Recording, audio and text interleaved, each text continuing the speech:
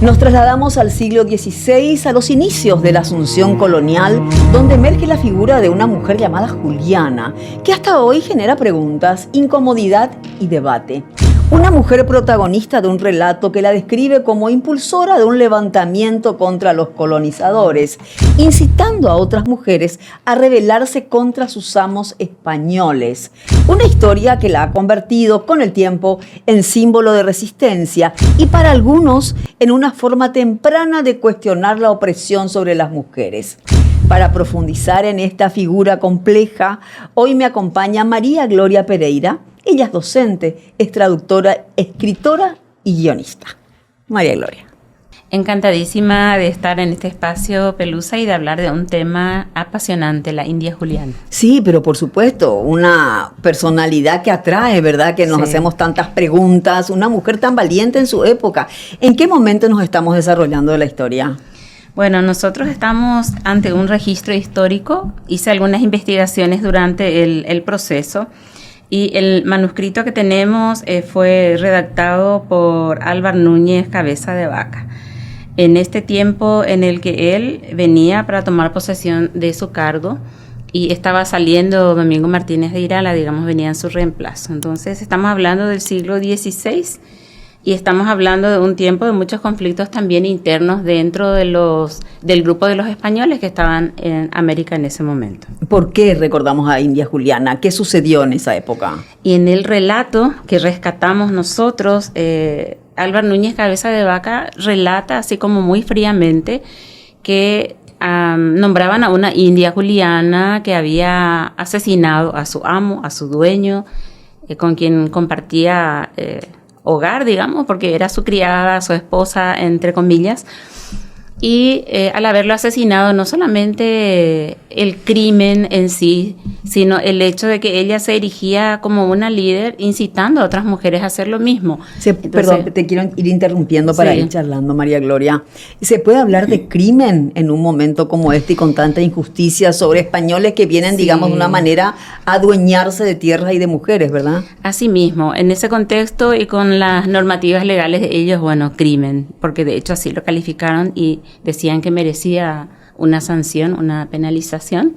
Estuvo prisionera hasta que Domingo Martínez de Irala se enteró que venía Álvar Núñez Cabeza de Vaca y liberó a la India Juliana. ¿Por qué la libera? La libera porque simplemente no quería que estuviera presa al momento de llegar Álvar Núñez Cabeza de Vaca, seguramente por cuestiones internas políticas de ellos, o tal vez por el relato que ella pudiera hacer sobre la situación que estaban viviendo en ese momento. Lo concreto de los relatos es que llega Álvar Núñez Cabeza de Vaca y le comentan de la India Juliana, que es una india que estuvo presa, liberada por Martínez de Irala, que había matado a su amo, Nuño de Cabrera, y que entonces debía de nuevo ir a prisión, la traen de vuelta a prisión, y ya había sido juzgada y todo antes, la vuelven a juzgar, y por supuesto el castigo es la muerte para ella. Uh-huh. Entonces ahí comienza, esto me dio pie, comienza el relato del cómic. Entonces un poco de historia y mucho de literatura es lo que tenemos dentro de la obra. Y ahí relatamos básicamente cómo era la vida cuando llegaron los españoles. Los guaraníes tenían un sistema de organización política, social, económica, y las mujeres eran una poderosa fuerza de trabajo para ellos. Las mujeres mantenían la agricultura, la economía familiar. Cuando los hombres iban a ir de casa, ellos les proveían de todos los alimentos y todo lo necesario. Y como lo dijo el Papa Francisco, ¿no? La valiosa mujer paraguaya. En todas las épocas y los tiempos, las mujeres tienen una importancia y una relevancia en nuestra historia. Así es. Y aparte de lo que ya mencionamos, la mujer como una figura central en el manejo social y económico de los tiempos, antes de la llegada de los colonizadores, también la mujer era el sistema por el cual dos tribus enemigas podían unirse y formar una nueva comunidad fortalecida. Era el intercambio de sus mujeres. Entonces, un cacique que hacía alianza con otro grupo, la alianza se lo hacía a través de las mujeres. Se casa con alguien de la otra tribu, se convierten en parientes y comienzan a formar un grupo más grande aliados entre sí. Esa era la mentalidad que ellos tenían cuando llegaron los españoles. Sí. lucharon con todas sus fuerzas y con todos sus recursos para no ser dominados por los españoles, pero perdieron porque no tenían armas, las condiciones eran inferiores, tenían muchas desventajas. Los españoles, por supuesto, se impusieron y estaban ellos muy necesitados de comida y habían venido sin mujeres. Los indios se dieron cuenta, los guaraníes, los carios, que eran los que habitaban el lugar, se dieron cuenta de que eso podía constituirse en una ventaja para ellos. Un arma poderosa. Un arma poderosa, pero con esa mentalidad que mencionamos antes. Sí. Ellos hacían alianzas cediendo a sus mujeres y convirtiéndose en parientes del otro grupo. ¿Qué consiguieron con los españoles? Entonces ellos ofrecieron a sus mujeres y los otros aceptaron, porque además los indios se dieron cuenta de que ellos venían. Eso es lo que relatamos aquí, ese proceso y con relatos imaginarios, con situaciones inventadas, digamos, dentro de lo literario, pero históricamente el hecho era así. Ocurrió el hecho, la alianza se dio a través de eso, los guaraníes estaban creyendo que estaban fortaleciéndose, porque ellos tenían además muchos enemigos que les atacaban permanentemente, los Guaycurú, por ejemplo, ¿verdad? Eran grupos que venían por la noche, secuestraban a sus mujeres, llevaban sus alimentos y desaparecían. Entonces dijeron, bueno, vamos a tener aliados con ellos. No pudimos contra ellos, nos vamos a unir, y les ofrecieron 2 mujeres a cada... El impacto soldado de lo que ella hizo, le hizo al amo de matarlo, de asesinarlo, ¿hubiera sido igual si era un indígena, un varón matando al amo? Yo creo que no. Probablemente lo hubieran castigado también con la muerte, pero sobre la historia de la India Juliana hubo como un velo así de misterio, incluso para disminuir la fuerza de lo que ella hizo. En los relatos históricos, en los documentos, dicen que lo hizo por celos, como que eso es propio de las mujeres y lo hizo solamente por un impulso. Pero no fue así. Para esconder, claro, para esconder la situación pésima en la que vivían las mujeres. Estaban oprimidas, eran esclavas sexuales, estaban siendo utilizadas por los españoles para los oficios de la casa, para cuidar los hijos. Y además, cuando iban ellos a hacer sus... avanzadas en la guerra o en la búsqueda de lo que fuera, las mujeres les proveían de todo para que vayan seguros. Utilizadas en todo sentido y maltratadas. Las mujeres utilizadas y maltratadas. Y bueno, la India Juliana fue una de las que se levantó contra ese sistema, se animó. No solo se animó, termina con la vida de este hombre, sino que se jacta, ¿verdad? Y así ella empieza a alentar a otras mujeres a hacer lo mismo, a así liberarse. Es como decirles, yo pude, ustedes también pueden, y el grito de Yayucaña Nemena, ¿verdad? Entonces era eso lo que yo quise dejar aquí como un relato histórico un poco ficcionado, pero que tiene un sustento histórico. De la muerte de la India Juliana se dicen muchas cosas, de la forma en que murió. ¿Y cómo murió en realidad? Bueno, en el cómic nosotros la matamos, entre comillas, como que fue ahorcada frente a todos. Pero también corren versiones de que fue desmembrada. Y existen diferentes versiones, pero históricamente un documento en el que diga que ella fue o muerta por desmembramiento o colgada no hay. No existe algo. No existe. Tuvimos que elegir una forma y tomamos esa, porque sí que estaba documentado que anteriormente muchos indios habían sido decapitados también y puestos en evidencia frente a los otros para no repetir la misma. Tomarlo como ejemplo, ¿no? Claro, era para dar lección, ¿verdad? Entonces ella también pasa por eso.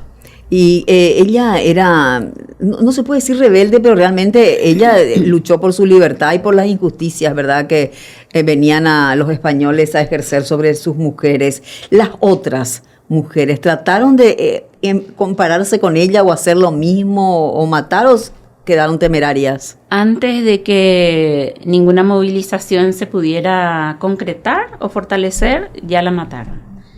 Y era un aviso, era una lección para las demás y no se supo, ningún registro histórico lo menciona, no se supo de que haya habido alguna continuación de su experiencia, digamos. ¿Podemos llamarla a ella feminista por la manera de actuar de ella? Sí, yo un poco me río de eso porque el tema del feminismo surge muchos siglos después, pero como una predecesora de una lucha contra la violencia de género, ella siempre aparece. ¿Y los españoles cómo contaban esta historia allá? Bueno, ellos ¿Cómo hicieron rendían cuenta? este registro histórico, lo hicieron de este modo que te relaté al Sí. comienzo, tratando de esconder todo tipo de violencia hacia la mujer, todo tipo de maltrato hacia las mujeres, y acusando a Juliana de haber matado a Nuño de Cabrera por celos. Algo que podían atribuir a la mujer, ¿verdad? Todos estos hombres y todos estos nombres que estudiamos en el colegio, ¿qué eran de parte de la sociedad española? ¿Quiénes venían a descubrir América o a llevar todo el tesoro que uno pueda tener? Bueno, finalmente a mí me queda lo que recuerdo de mi profesor de historia, que decía que no eran los mejores los que venían, ¿verdad? Muchos de los soldados y las personas que acompañaban a los militares, que sí eran de carrera y tenían su trayectoria, eran personas que fueron liberadas de las cárceles o personas que tenían graves antecedentes que se animaban a hacer la travesía de venir a América e instalarse aquí, ¿verdad? Por eso, realmente no tenían un nivel de educación ni de moral, para nada. ¿Cómo se la recuerda hoy a la India Juliana en la historia? La India Juliana aparece como una precursora temprana de los derechos de las mujeres a tener una vida digna. En general es recordada de ese modo. Y por otro lado, como movimiento indigenista, muchos la recuerdan siempre como la mujer que se dio cuenta tempranamente de que la cultura guaraní de la primera época estaba siendo totalmente violentada. Ellos dejaron de hacer lo que hacían antes y comenzaron a responder a las necesidades de otros grupos que no respetaban sus propias creencias, su propio modo de vida. Y ella fue la que alertó sobre eso. ¿Cómo eran los guaraníes? Cuando llegaron los españoles, ellos tenían un sistema de vida social organizado por caciques y grupos que tenían su asentamiento en un lugar determinado. Y estos caciques estaban conformados con un consejo de ancianos, o sea, con personas mayores, personas sabias. Entre ellos estaban los médicos, estaban los chamanes, los que dirigían el mundo espiritual, los que curaban las enfermedades. Las mujeres sabias que hacían nacer los niños, que les ayudaban en los partos, estaban muy bien organizados. Y en ese sentido, las mujeres eran las que se quedaban en la casa, criaban los hijos, los tenían con ellas hasta que tenían más o menos 8 años, como hasta ahora se mantiene. Y cuidaban la producción. La vida de ellos era basada en la caza, en la pesca y también en consumir lo que ellos plantaban. Por ejemplo, mandioca, maíz. El maíz es originario de América, de hecho. Sí. 25 variedades de mandioca tenían los indígenas cuando llegaron los españoles y distintas formas de alimentarse de la mandioca que tenían en ese momento. Los hombres salían de casa y regresaban con carne, con animales salvajes, y ellas mientras tanto cuidaban todo el hogar y toda la comunidad. Ellos estaban constantemente amenazados por otros grupos indígenas, o sea, nunca tuvieron tampoco una paz idílica, entre ellos los guaycurúes, que cada tanto venían y por la noche asaltaban las comunidades, llevaban sus alimentos. Otra manera de vivir tenían ellos. Claro, ellos eran el más robo. Salvajes, entre comillas, digamos, diferentes a la forma en que se organizaban los carios, los guaraníes. Llevaban a sus mujeres también, ¿verdad? Entonces, pero no podían conformar con ellos alianza porque ellos venían con violencia y estaban siempre ellos muy alertas para ver si, bueno, esta noche no nos atacan los guaycurú, protejámonos y ese tipo de cosas. Esos relatos sí están registrados. Siempre en alerta, ¿verdad? Sí. Muchas veces veíamos imágenes y una vez me terminaron explicando sobre por qué el hombre indígena va con su lanza y su flecha y la mujer cargada con los niños, con los bultos y con todo, ¿verdad? ¿Hay una explicación? Sí. Sí, varias en realidad, pero la que más es sostenible porque tiene que ver con lo antropológico de la forma de ser y vivir de ellos, es que el hombre es el que iba y el que protegía, el que estaba alerta a un animal salvaje o a cualquier otra avanzada de otro grupo desconocido, y es el que tenía que tomar la flecha y el arco para defender a sus mujeres. Tenía que tener las manos libres por eso. Libres. Entonces, ya pasó ese tiempo, pero muchos siguen practicando hoy eso. Sin ser de ninguna comunidad ni nada indígena. ¿Cómo manejaban, o hasta hoy, cómo manejan los indígenas o las etnias la parte de la sexualidad? Bueno, no tengo mucha información sobre ello, aunque he visitado comunidades indígenas en varias ocasiones, ¿verdad? Pero Lo único que yo sé es que la mamá cría a los niños con mucho celo, transmite la cultura, el mundo espiritual, y están obligadas a tener a los niños por lo menos hasta los 8 años. Ellas vayan donde vayan, el niño tiene que ir con ellos, no les dejan. Y entonces el tema de escuela, por ejemplo, la escolarización es todo un tema para ellos, porque si hay una escuela cerca, las madres acompañan a sus hijos y están alrededor de la escuela. Cuidándoles, ¿verdad? Haciendo cosas allí para que los niños vean para que estar cerca. Ahí, sí. Qué lindo. A mí me hubiera encantado, pero la vida puede. nos va llevando por otros caminos. Hay el nombre de una calle con el nombre de India Juliana, ¿verdad? Así creo que hay más de una. En San Lorenzo, en Asunción, tengo entendido que hay calles con esta denominación. Y bueno, yo creo que aportamos un poco al conocimiento en general sobre por qué esa calle, ¿verdad? Para que no se pierda la historia. Por supuesto. ¿Y en las escuelas hablan de la India Juliana? ¿Le enseñan a los chicos? Yo creo que en general en el currículum, así como un capítulo dedicado a la India Juliana, no tenemos. En la organización indígena precolonial, eso sí existe. Hasta donde yo sé, no tenemos un capítulo dedicado a la India Juliana. Bueno, yo quedé enamorada con este cómic. ¿Puedes explicarnos un poquito, María Gloria? Por supuesto. Forma parte de una colección que me tocó dirigir en Servilibro que se llama Mundo Guaraní. Acá atrás tenemos los otros títulos. Y como habla de mundo guaraní, y mucha gente cree que solamente los guaraníes que nosotros conocemos, el guaraní que nosotros hablamos es el único guaraní.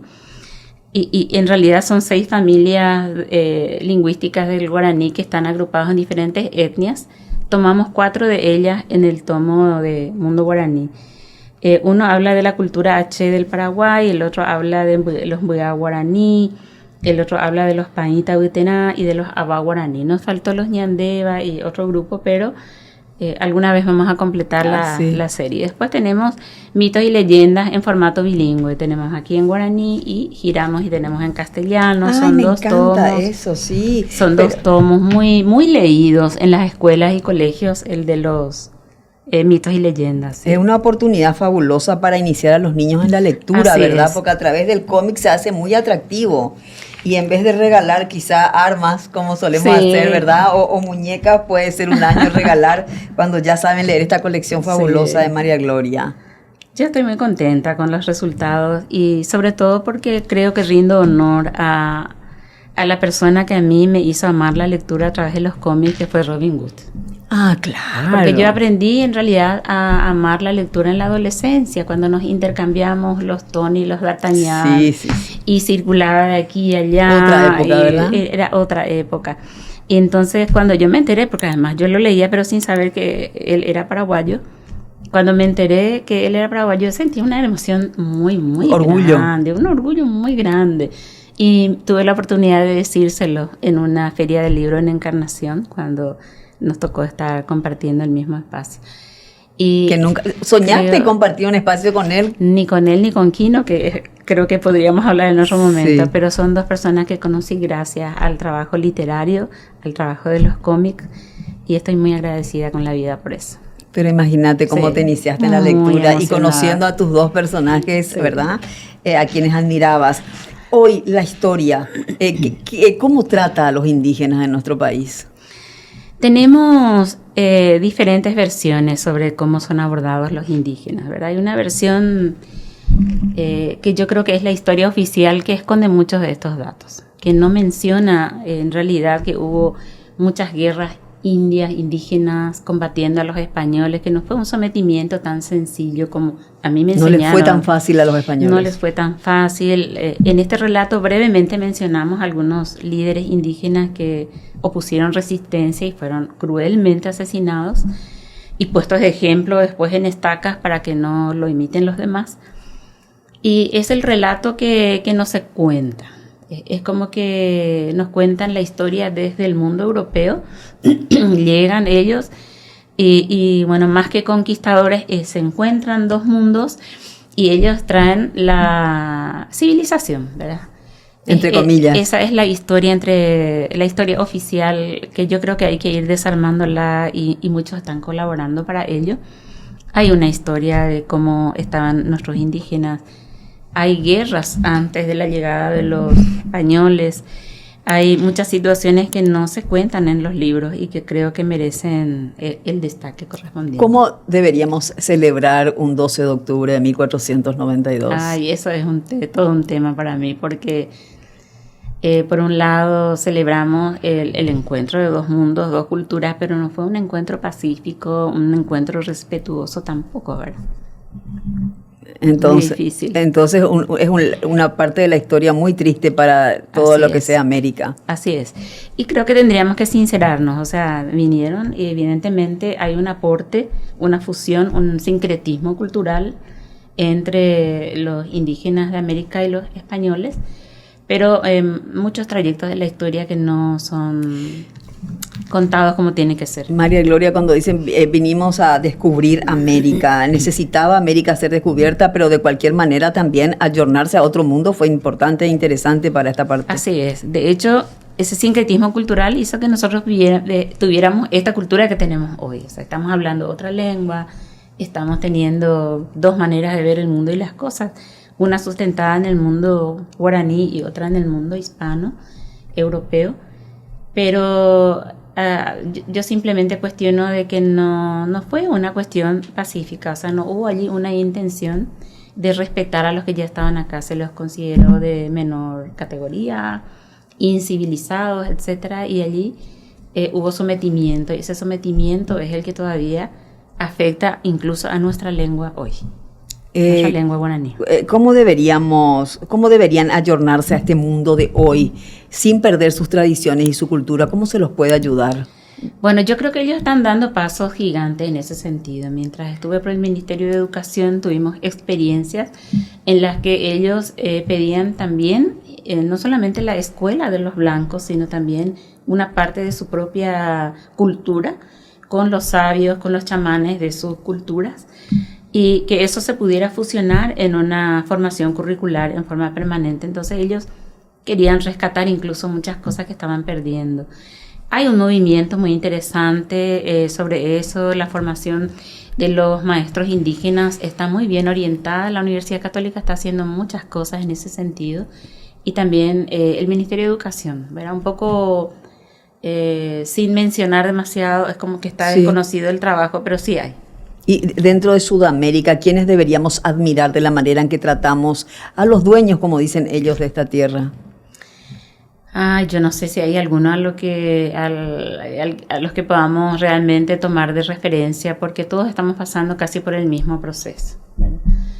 Entre todas las de América, en términos lingüísticos y de respeto a las lenguas y a la forma en que se trata la lengua, Paraguay lidera, pero no tanto en cuanto al tratamiento de la cultura y el respeto de sus modos de vida y todo eso. Entonces, siempre hay cuestiones que hay que mirar, bueno, ¿desde qué mirada? Desde la mirada antropológica, lingüística, económica, no sé. Es pero muy difícil. Siempre hay deudas. Sí, todos los países estamos en deuda con nuestros indígenas. Estamos en deuda, sí. Así como hablamos, María Gloria, de este cómic que me parece fabuloso y quiero toda la colección, qué importante hoy en día el celular o las redes sociales, ¿verdad? Que muchas veces lo satanizamos y decimos cómo hacemos con nuestros chicos, pero nos pueden ayudar y ser una guía muy importante para atraer de alguna manera y conocer nuestra historia. Claro que sí. Normalmente lo que se hace o se dice o dicen los especialistas es que lo que debería haber es una edad mínima en la que no tengan una interacción profunda todavía con todo lo que sea pantalla, celulares o lo que sea. Pero a partir de la adolescencia en la que ya deberían tenerlo como una herramienta, es una herramienta muy valiosa.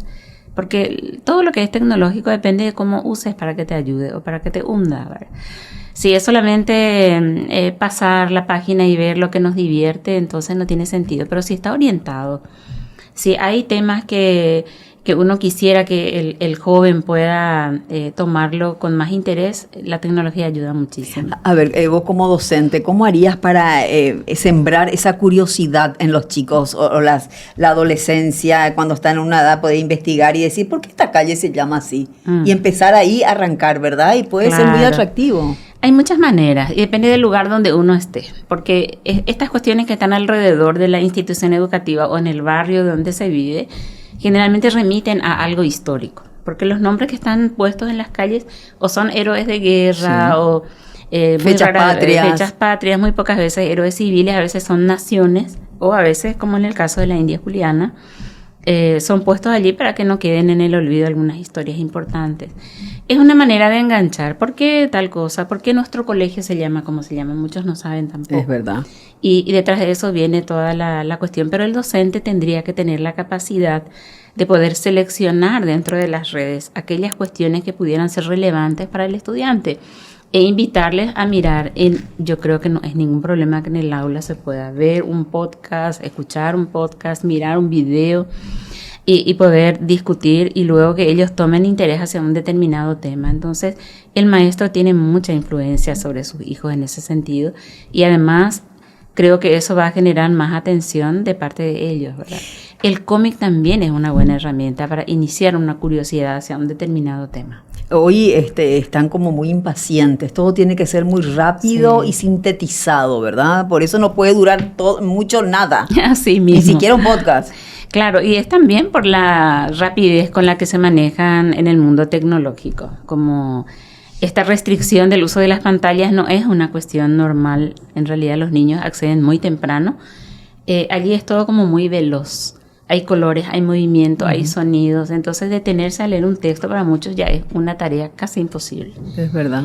Entonces, hay que desmontar ese proceso y no se puede hacer sin la ayuda de las familias. Las familias tienen que entender que si quieren un hijo lector, darles un celular o dejarles que libremente naveguen no es la manera.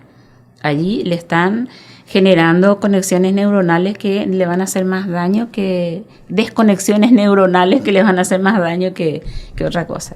Entonces, estas son cuestiones. La tecnología ayuda muchísimo. Hoy en día uno puede entrar a buscar temas históricos en la red y hay cuestiones importantísimas que no se cuentan en los libros de historia tradicionales y que aparecen en videos que tienen fuentes históricas confiables, porque ese es otro tema.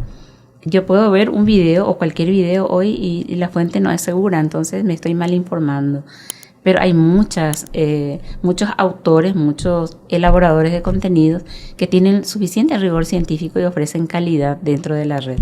Hay que aprovechar esas cosas. Así como la música, hoy están volviendo a tocar el disco, el long play. Sí. A mí me gusta leer el libro, tenerlo en la mano. Sí. ¿Y vos cómo sos, María Gloria? Yo soy se está volviendo de papel, eso. Claro. Y yo soy partidaria de incitar a poder tocar o leer el libro, sentirlo.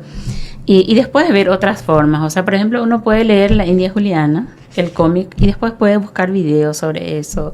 O pueden generar ellos algún documental o lo que sea para poder meterles más en el tema. Pero creo que esto no va a pasar de moda. El libro físico en papel es algo que va a permanecer y me gustaría que muchos jóvenes, niños y jóvenes puedan estar enamorados del libro de papel. Hay que enseñarles. Sí. Y desde chiquititos hay que atraparlos con la lectura, porque sí. si no, luego se pierde mucho tiempo. Así es, mi experiencia con mi nieto de 2 años va en esa línea. ¿Que le lees cuentos? Nosotros leemos cuentos y por más de que él todavía no entienda las letras, pero sí están las imágenes, yo relato a mi modo para que él entienda con un lenguaje más. Sí.